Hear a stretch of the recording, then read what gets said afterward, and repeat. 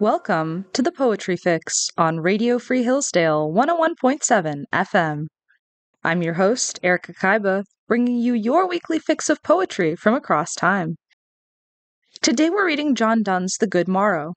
This is a poem about unity between lovers. Donne imagines that together he and his beloved make up an entirely new world, and that they each represent one of its hemispheres. This creative imagery explores how lovers remain individuals yet also come together as one. Donne prizes this new world comprised of him and his lover as the best that there is. He asks, where can we find two better hemispheres without sharp north, without declining west? North is often associated with cold and harsh climates, and sharp is associated with division. Donne's word choice, then, suggests that he and his beloved will never grow divided or cold to one another. Furthermore, the West, in Donne's day, was often associated with vice and evil. Whereas Christ was born in the East, Adam and Eve were expelled to the west of the Garden of Eden. So Donne is imagining this new world with his lover as completely free from the sins that so often cause love to decline. In fact, he believes that it's impossible for the pair of them to slacken in their love for each other. Why? Because, in their union, Donne writes, they are mixed equally. In Scripture, marriage is understood as a man and woman coming together and becoming one flesh. To Donne, this means that there must be a kind of loving equality present, rather than one personality dominating the other. He believes that man and woman ideally love alike, delighting in each other equally.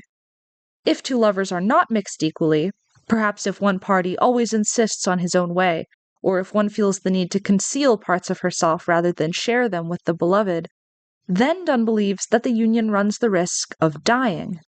But he has no such fears for his own love. He actually can't even imagine going back to how his life was before getting involved with this woman.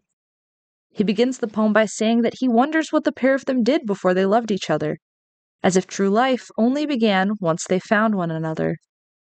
With all that said, let's dive in. The Good-Morrow by John Donne. I wonder, by my troth, what thou and I did till we loved. Were we not weaned till then, but sucked on country pleasures childishly? Or snorted we in the seven sleepers' den?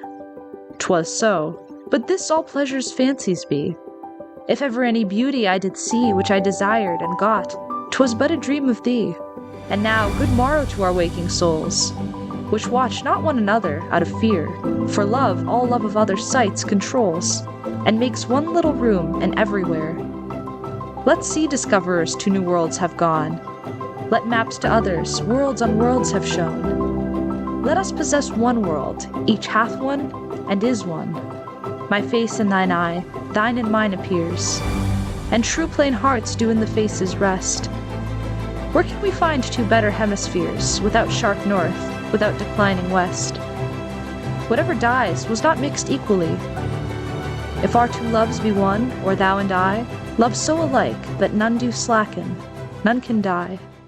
You've been listening to The Poetry Fix with Erika Kyba. If you enjoyed this episode, consider following The Poetry Fix on Spotify, YouTube, or Apple Podcasts. And if you have any poems you want to see in a future episode, email your suggestions to thepoetryfix@gmail.com. Join me next week, and we'll be reading W.B. Yeats's Down by the Sally Gardens.